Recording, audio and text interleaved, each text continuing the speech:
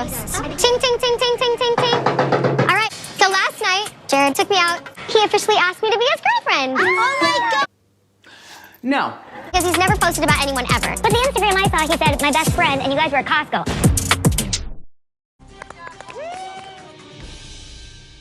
I'm not best friend.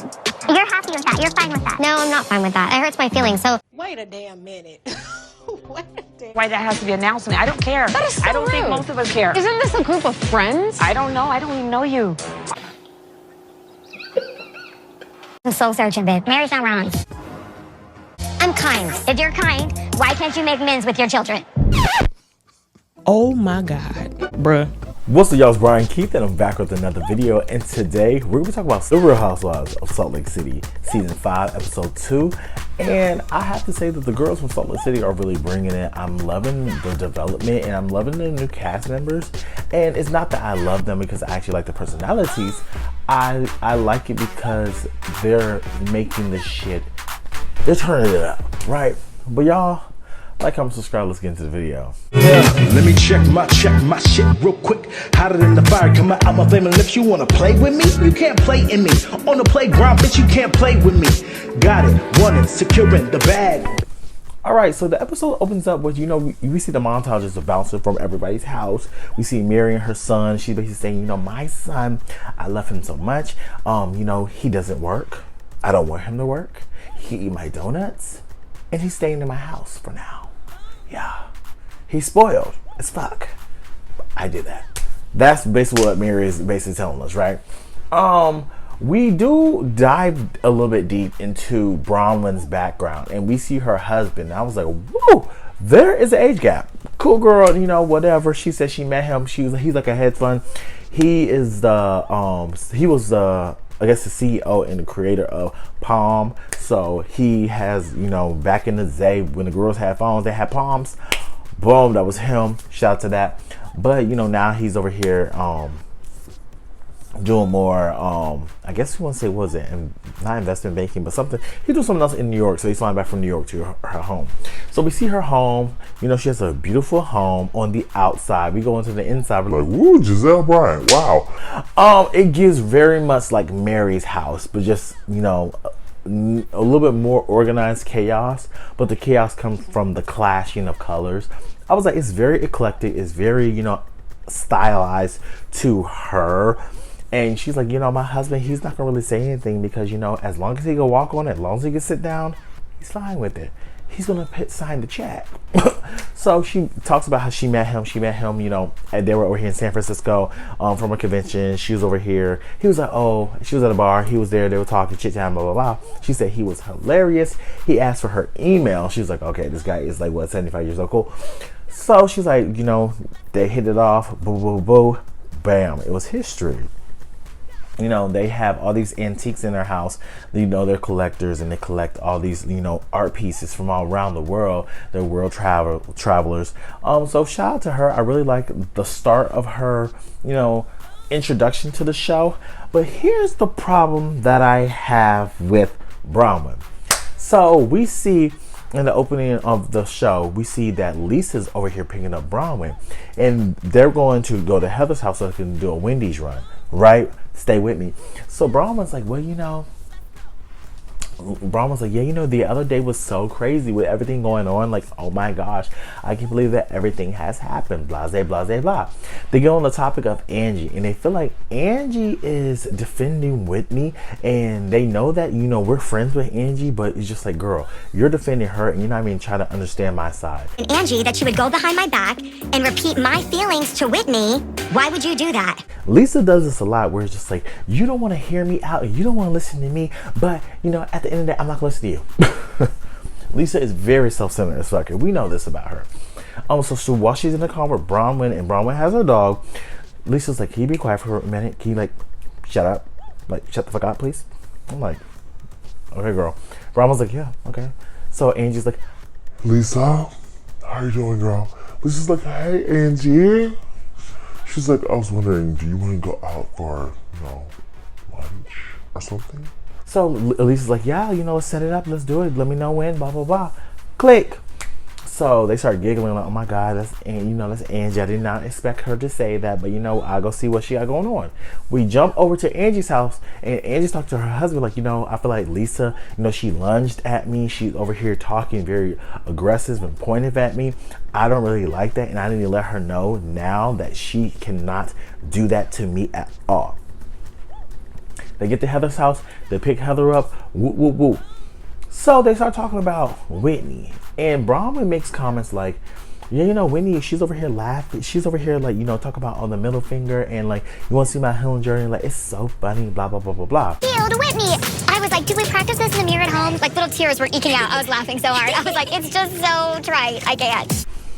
So Heather's in her confession like, I've seen this movie time and time again. I'm so cautious with people that have such strong judgments about people that they don't even know.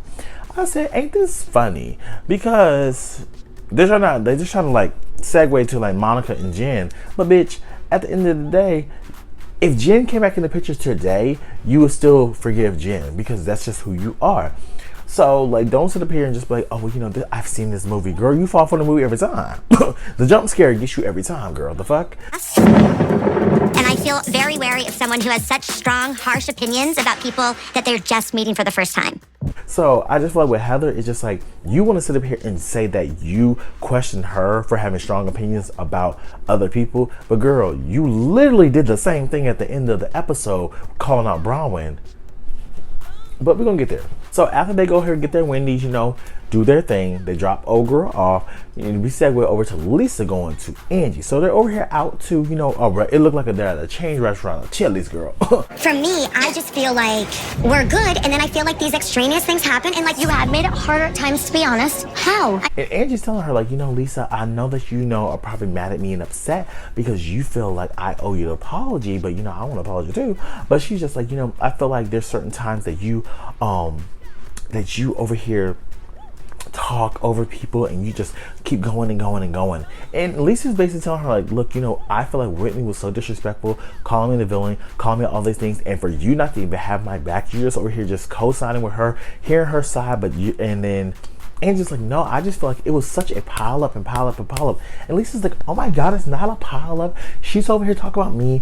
And then Angie's like, well, maybe because, you're over talking people and you're over here just like, not listening. I feel like I'm getting labeled and this is where I close off. I don't know if Angie's only deaf when it comes to me, but like. She's trying to give her the hint like, girl, you're doing it what you're doing beforehand, right? And Lisa was like, at the end of the day, this is how I talk. This is how I move. I'm not going to apologize for being Lisa Barlow. I said, girl, I mean, I guess, right? But Lisa's just like, at the end of the day, Angie, you're not hearing me. You're not letting me talk. You're not listening to me when I'm talking. And I'm just like, Lisa, the funny thing about it is, bitch, you're not doing it either. So it's really the cat calling the kettle black because you want Angie to listen to you when you're really steamrolling this girl in this conversation. And then you're just like, well, Angie, her glasses on. I'd love to have this conversation and engage with you, but at the end of the day, I'll talk to you later, girl. Bye. She pumps it out the restaurant and leave Angie stuck on stupid. Angie, you really need to reevaluate your friendship with Lisa. Mind you, like I said before in my first review, I do like Lisa.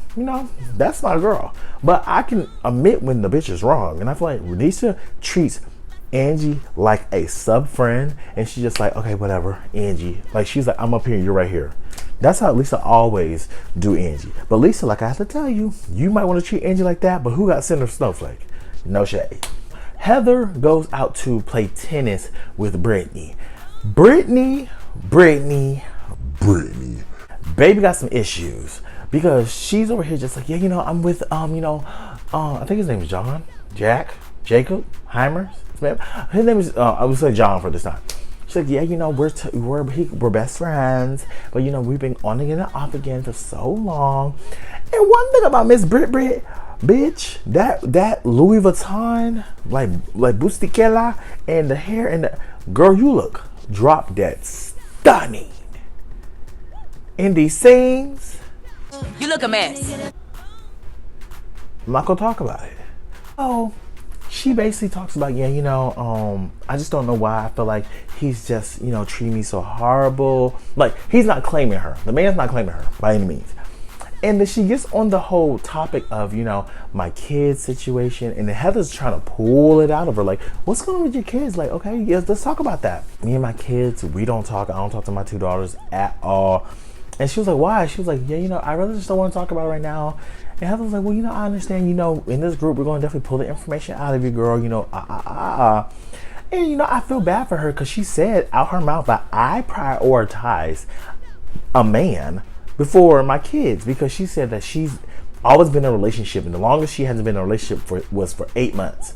So for an 8-month time period, she was single, but she got back into a relationship. And like I always tell people this, it's like when you get out of relationships, you need to have that time period to yourself to find yourself, because when you get in relationships, you do morph into another person or another version of yourself, because a lot of people do pick up traits from another person, pick up mannerisms, and they do sync as people because you're around that person majority of the time. So when you do break up, it is like more shifting back into who you originally are. That's why I tell a lot of people to make sure when you're in relationships, to make sure you find time and carve out time for your individuality. That's why I look at couples that have like joint Instagrams and joint this. There's no individuality. So when you do break up, it's going to be like horrible because you have lost your individuality, and now it's me and my boyfriend or me and my girlfriend. It's not just me as a person, individual. She put her kids on the back burner, and Heather went into it like, you know, in the Mormon faith, like she's like, you can get into heaven without having kids and being married, but she was like, you cannot get into heaven as a woman without having a husband. I said, and that's so sad. I don't know that much about the Mormon faith, so I'm not going to speak on it, but from what Heather said, that POV that Heather said, that's sad that people have such faith in that your faith into the afterlife, to, you know, heaven, is to have a man. And I feel like Brittany suffers from that, and the Heather's like, you know, she's a classic Mormon woman. I'm just like, I don't know if that was like shade or not. Right? But so Meredith and her husband went out and they did like what was it, I forgot what it's called, a cooking class. They did a cooking class, and they made what is it, Susuka, I believe so. And you know, they start eating their food, they have like this cute date night. And you know, her husband gets emotional because she tells him, you know, I want to have a, you know, a baptism bar mitzvah. And I'm just like, you know, that's when it comes to faith, I think this show is such rooted in faith, and I think that, you know, I think that's where the grounds, the bare bones of this franchise has came from. So seeing that Meredith is opening up about her faith is really good, and seeing that her husband is so emotional that she's doing that, and, you know, declaring herself to, you know, her Lord and Savior. So shout out to Meredith for really doing that. And her kids in another scene, they're over here making cookies and stuff. They're like, You're like too old doing that, Mom. Like, that's so crazy that you are going to do a bat mitzvah. Like, I know that, you know, being Jewish is like one of those things that we do as a family. But I did mine when I was like 12 years old, Mom. You're so freaking cute. the vocal fry kills me. But, you know, so shout out to them. And like, from to see Seth and Meredith's relationship from season 1 to damn near about to be divorced to now, like bubbling in love, shout out to them. So the rope course, mind you, the girls are already, they not feeling each other, right? Mary can't stand Brittany, and then Bronwyn has been saying certain things, like she be co-signing with about Brittany, and I don't feel like it's that deep, right? Now Mary, I feel like I understand why Mary's upset, but Bronwyn, I don't get it, right? But we're gonna get to it. So the girls of the rope course is really cute. Maylee's like, yes, sis, yes, sis, yes, sis, yes, you go, sis. Because Lisa was like, girl, you know, I just love that everybody's calling each other sis. No, bitch, everybody didn't call each other sis. Maylee did. Okay.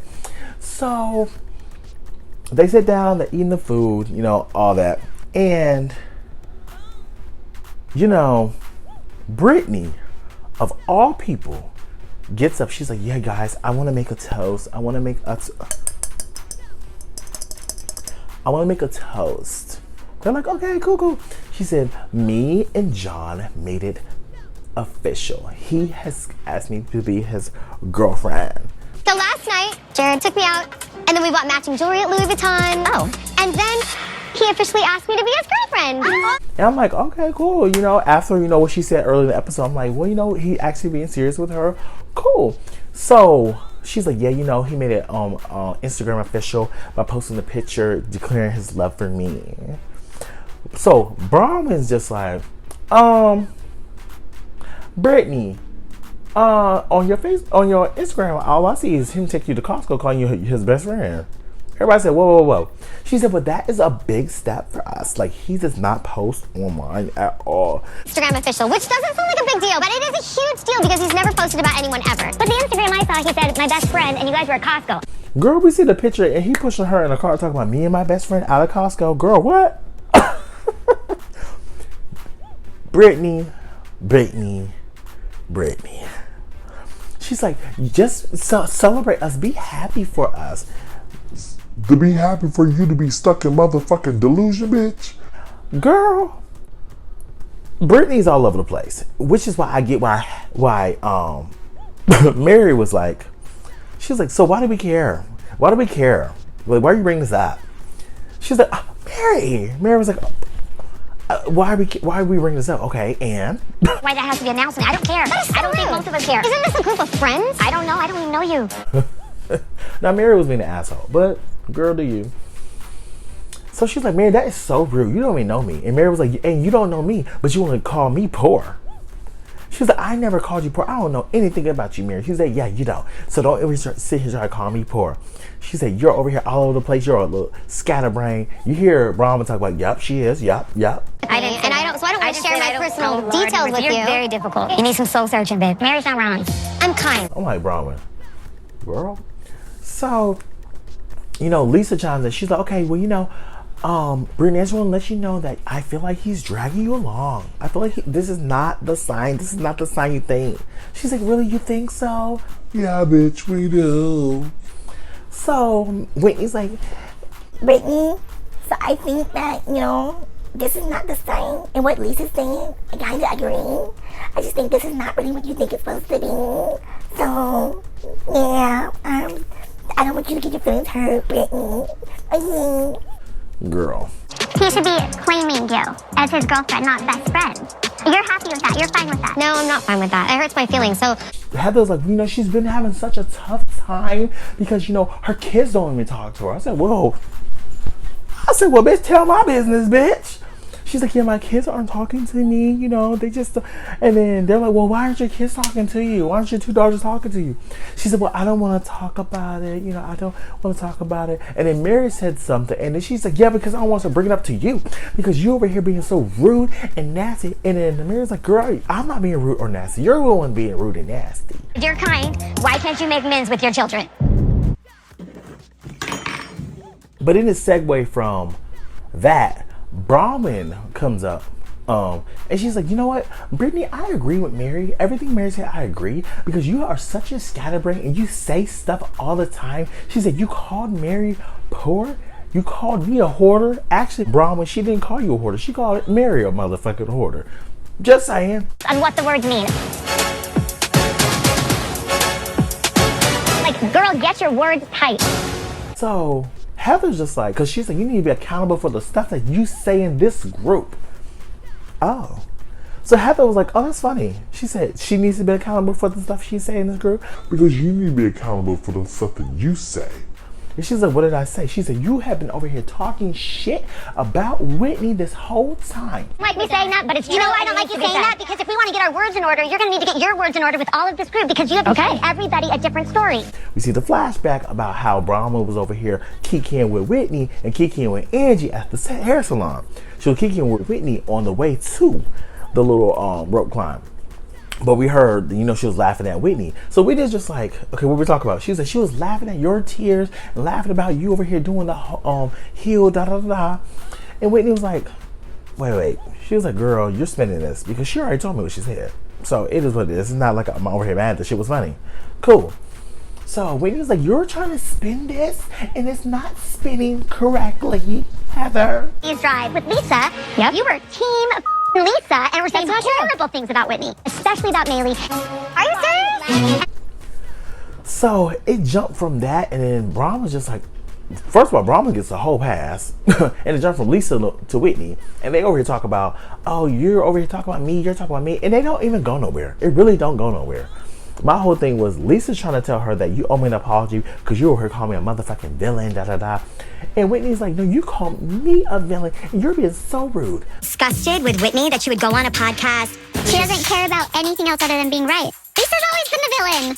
Meredith's trying to get tag team. Meredith was trying to get her edgewise, but ain't nobody listen to her. And the episode ends with Whitney telling us that, well, you know, we're gonna go to Milwaukee. We're going to Milwaukee. We're going to Milwaukee. Oh my goodness. Trixie booked me to host a drag night at her event in Milwaukee. Oh my goodness. That was the end of the episode. This was good. The friends are friending, and the new girls are new girling. I enjoyed it. Let me know what you guys think about Miss Brittany. Is my assessment right? Is she cuckoo for Cocoa Puffs? Or is she just misunderstood? She could be. Or she could be just be a lunatic. We don't know. But let me know what you guys think. Like, comment, subscribe, and I'll see you guys in the next video. Peace. Brian Keith, LG, Black Butte. Bet you didn't know we the Holy Trinity. Now let a God stop a jolly, bring your head here. Step into the room and get up in the bed.